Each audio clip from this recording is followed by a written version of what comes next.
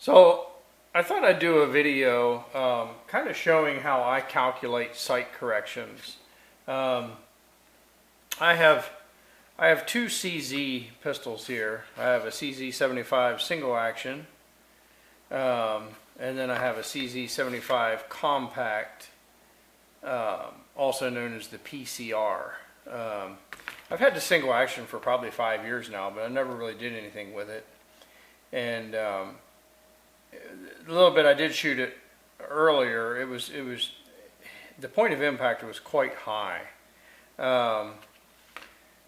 So I just recently installed a Dawson Precision fiber optic front sight, slightly higher than the stock front sight, but my point of impact is still high.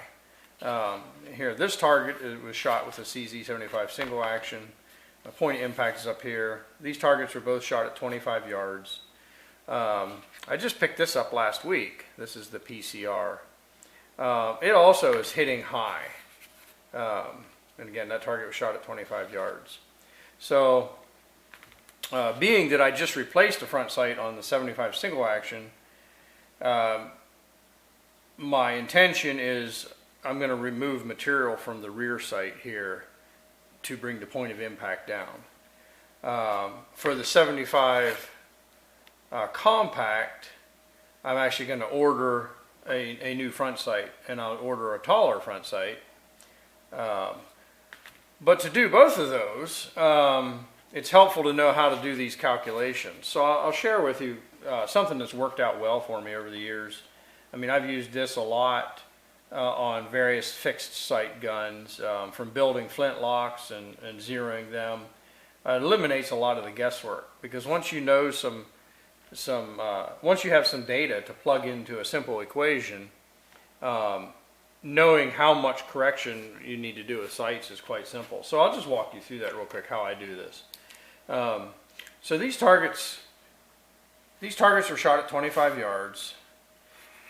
And I'm just going to do a simple cross multiplication. This is one of the few things that I retained that's been useful in my life from, I don't remember if it's algebra or pre-algebra, but it actually works pretty well.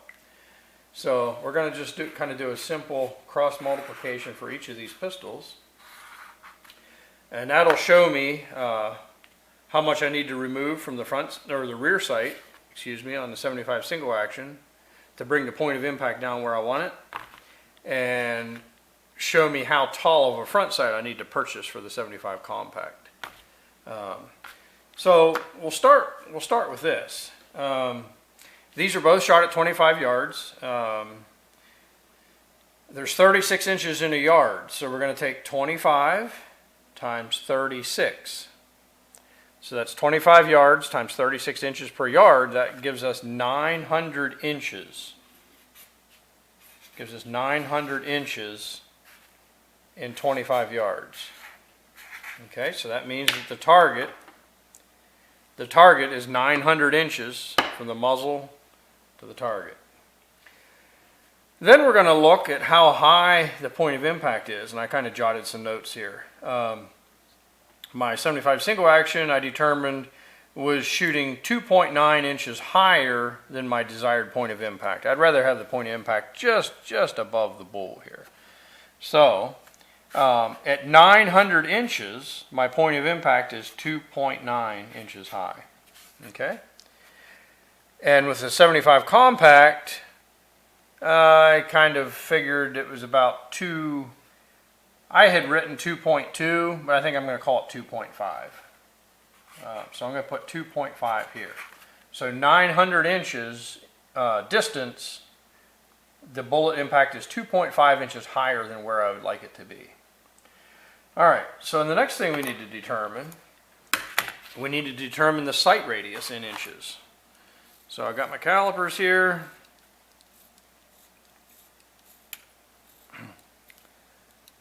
So on the 75 single action, I have a sight radius of 5.8 inches. So I'm going to put that right here, 5.8, okay?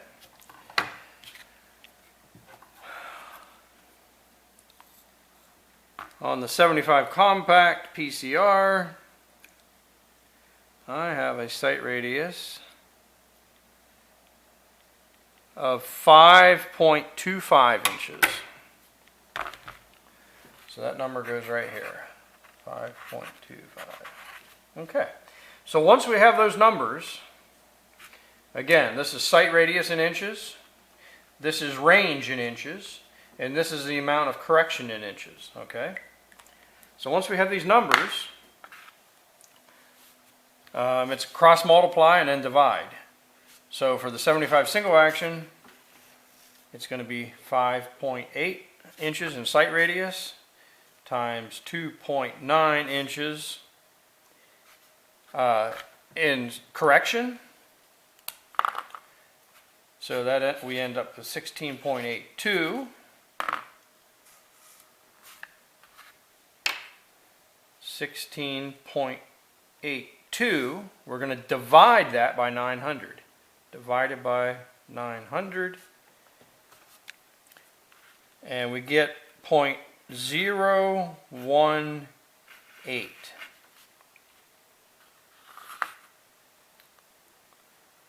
So this 0.018 is how much material I have to remove from the rear sight to bring my point of impact down.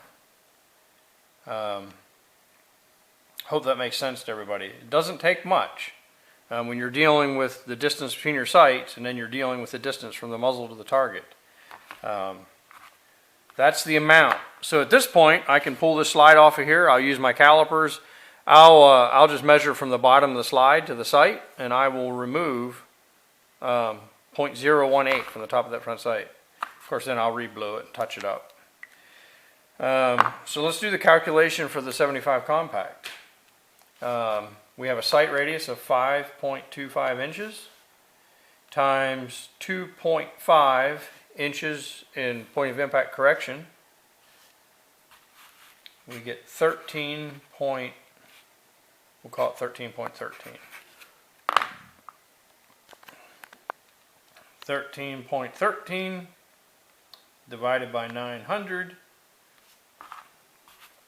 And we got 0.0,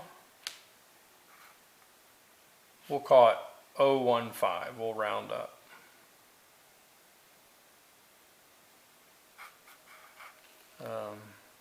Yeah, we'll call it 0.015. So this is the amount of sight correction I need to get the point of impact correction. So on the 75 compact, I'm going to order a front sight that's roughly 0.015 taller than what this front sight is. And since I've already replaced the front sight and started my correction, like I said, I'm just going to remove, I'm not going to replace the front sight again. I'm going to remove 0.018 from the rear sight, and that'll bring my point of impact down. Also have some slight windage corrections to do, and I could use the same formula to determine how much I need to drift the sights. It's a little bit hard to measure to drift the sight, so I may not use the formula for that. I may just tap them a little bit and try. Yeah, this is one of the few things that I retained from school that I've actually used quite frequently, both for regulating sights as well as other things. So anyhow, hope this helps somebody out there, and give it a try next time you're trying to determine what sight you need to buy or how much you need to remove to get a fixed sight gun zeroed. It actually works really well.